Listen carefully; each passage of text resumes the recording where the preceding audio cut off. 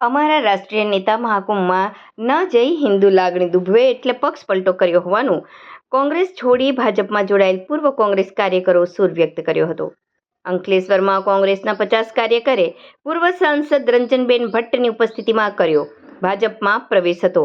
માં શારદા ભવન town hall ખાતે યોજાયેલ સક્રિય કાર્યકર્તા સંમેલનમાં કાર્યકરો પાર્ટી નેતા દ્વારા સક્રિય રહી પક્ષને મજબૂત કરવા હાકલ કરી હતી. અંકલેશ્વરમાં ભાજપના સ્થાપના દિવસની ઉજવણી દરમિયાન મહત્વપૂર્ણ ઘટનાક્રમ સામે આવ્યો છે. માં શારદા ભવન ટાઉન હોલ ખાતે યોજાયેલ સક્રિય કાર્યકર્તા સંમેલનમાં કોંગ્રેસના 50થી વધુ કાર્યકરોએ ભાજપનો ખેસ ધારણ કર્યો છે. કાર્યક્રમમાં વડોદરાના પૂર્વ સાંસદ રંજનબેન ભટ્ટે વિશેષ ઉપસ્થિતિ નોંધાવી હતી. તેમણે કાર્યકરોને જનસંઘથી લઈને ભાજપ સુધીની વિકાસ યાત્રાની માહિતી આપી હતી. ભાજપ દ્વારા ગુજરાતની તમામ 182 વિધાનસભામાં સક્રિય કાર્યકર્તા સંમેલનનું આયોજન કરવામાં આવી રહ્યું છે. કાર્યક્રમમાં અંકલેશ્વરના ધારાસભ્ય ઈશ્વરસિંહ પટેલ, ભરૂચ જિલ્લા ભાજપ પ્રમુખ પ્રકાશ મોદી, અંકલેશ્વર શહેર ભાજપ પ્રમુખ ધર્મેન્દ્ર પુષ્કરણા હાજર રહ્યા હતા. અંકલેશ્વર નગર સેવા સદનના પ્રમુખ લલિતા રાજ પુરોહિત અને કારોબારી અધ્યક્ષ નિલેશ પટેલ સહિત જિલ્લા ભાજપના આગેવાનો અને સક્રિય કાર્યકર્તાઓએ પણ હાજરી આપી હતી. નવા જોડાયેલા કાર્યકર્તાઓ અને ભાજપના આગેવાનોએ ખેસ પહેરાવીને પક્ષમાં આવકાર્યા હતા. તો કોંગ્રેસ છોડી ભાજપમાં જોડાયેલા કોંગ્રેસ કાર્યકરોમાં પ્રતિક કાયસ્થે જણાવ્યું હતું કે કોંગ્રેસ પાર્ટીની વિચારધારા હિન્દુ વિરોધી થઈ રહી છે. તાજેતરમાં તેમના દ્વારા વકફ બોર્ડના મુદ્દે વિરોધ નોંધાવ્યો છે. તો હિન્દુ આસ્થાના પર્વ એવા મહાકુંભમાં પણ કોંગ્રેસ અમારા નેતા ના જઈ અમારી આસ્થા ડૂબાડી છે. તેમણે હિન્દુ વિરોધી વલણ અને વિચારધારાને લઈ અમારે પક્ષ છોડી ભાજપમાં જોડાવું પડ્યું છે. આજરોજ અંકલેશ્વર વિધાનસભા મત વિસ્તારની અંદર સક્રિય સદસ્યતાનું સંમેલન રાખવામાં આવ્યું હતું. મોટી સંખ્યામાં સદસ્યતા પાવ્યા હતા. સાથે સાથે વડોદરાના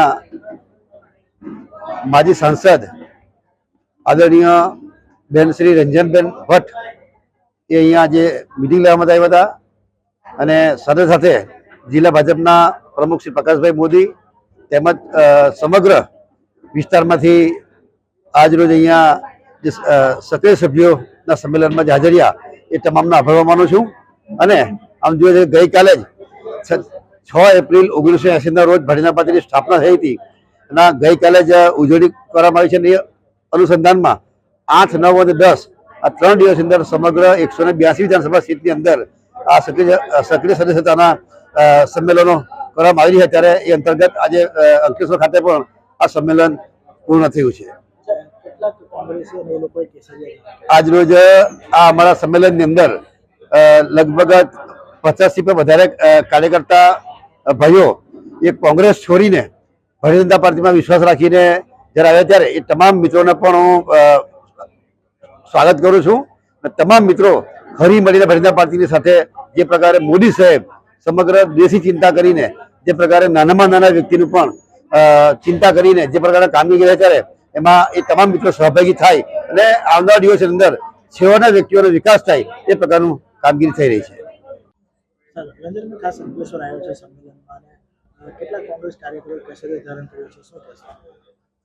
દેશના પ્રધાનમંત્રી આદરણીય નરેન્દ્રભાઈ મોદીજી દેશનું નેતૃત્વ સંભાળ્યું છે. 6 એપ્રિલ 1980માં ભારતીય જનતા પાર્ટીની સ્થાપના થઈ હતી અને 1951થી જનસંઘથી લઈ અને 2025 સુધી જનસંઘ એટલે દીવો અને ત્યાર પછી કમળ એટલે એ યાત્રા અમારા અંકલેશ્વર વિધાનસભાના ભારતીય જનતા પાર્ટીના સક્રિય સભ્ય એમને એક માર્ગદર્શન અને વાત કહેવા માટે આજે હું અંકલેશ્વરમાં આવી છું કે ભારતીય જનતા પાર્ટીનો ઇતિહાસ એ દરેક કાર્યકર્તાને જાણવો જોઈએ. અને સક્રિય સભ્ય અમારા એવા છે કે જે બૂથ સુધી પહોંચીને મતદાર સુધી પહોંચીને સરકારની યોજનાનો લાભ આપવાનું કામ આ સક્રિય સભ્ય કરતા હોય છે.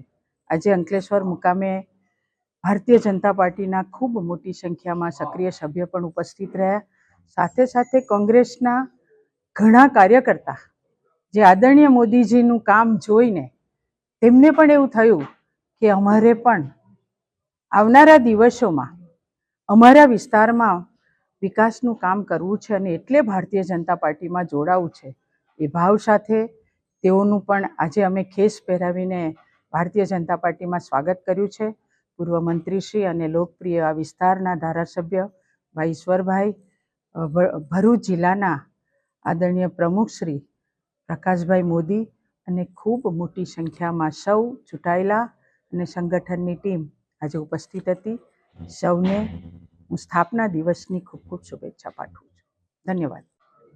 આજરોજ સૌ સાથી મિત્રો, અમારા શહેર કોંગ્રેસના આગેવાનો તથા યુવા કોંગ્રેસના આગેવાનો, તાલુકાના આગેવાનો અને જિલ્લાના આગેવાનો આજે ભારતીય જનતા પાર્ટીના વિચારધારા સાથે જોડાઈને અને 154 હાસોદ અંકલેશ્વર મત વિસ્તારના ધારાસભ્ય શ્રી ઈશ્વરભાઈ પટેલના માર્ગદર્શન હેઠળ ભારતીય જનતા પાર્ટીમાં જોડાયા છે.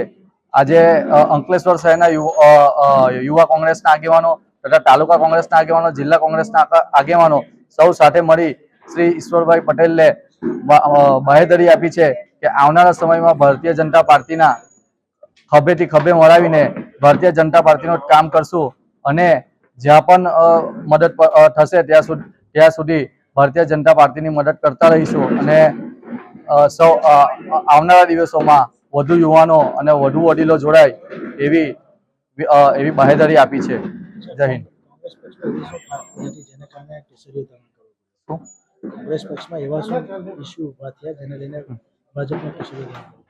કોંગ્રેસની દિવસ અને દિવસે કોંગ્રેસની વિચારધારા હિન્દુ વિરોધી વિચારધારા થઈ રહી છે. હમણાં પણ વકફ બોર્ડનો જે મુદ્દો ચાલી રહ્યો છે એમાં પણ કોંગ્રેસે વિરોધ કર્યો છે અને જ્યારે આખા દેશનું પ્રયાગરાજનું જે આસ્થાનો વિષય હતો તેમાં પણ સૌ આખા દેશના નેતાઓ, બધી પાર્ટીના નેતાઓ ત્યાં આસ્થાની ડૂબકી લગાવી હતી, પરંતુ પહેલાના અમારા અધ્યક્ષ રાહુલ ગાંધી ત્યાં પણ નહીં પહોંચી શક્યા. માટે હિન્દુ યુવાનોની લાગણી પણ ઘણી દુભાઈ હતી. માટે પણ કોંગ્રેસ હંમેશા હિન્દુ વિરોધી વાર્તામાં પહેલા નંબરે રહી છે.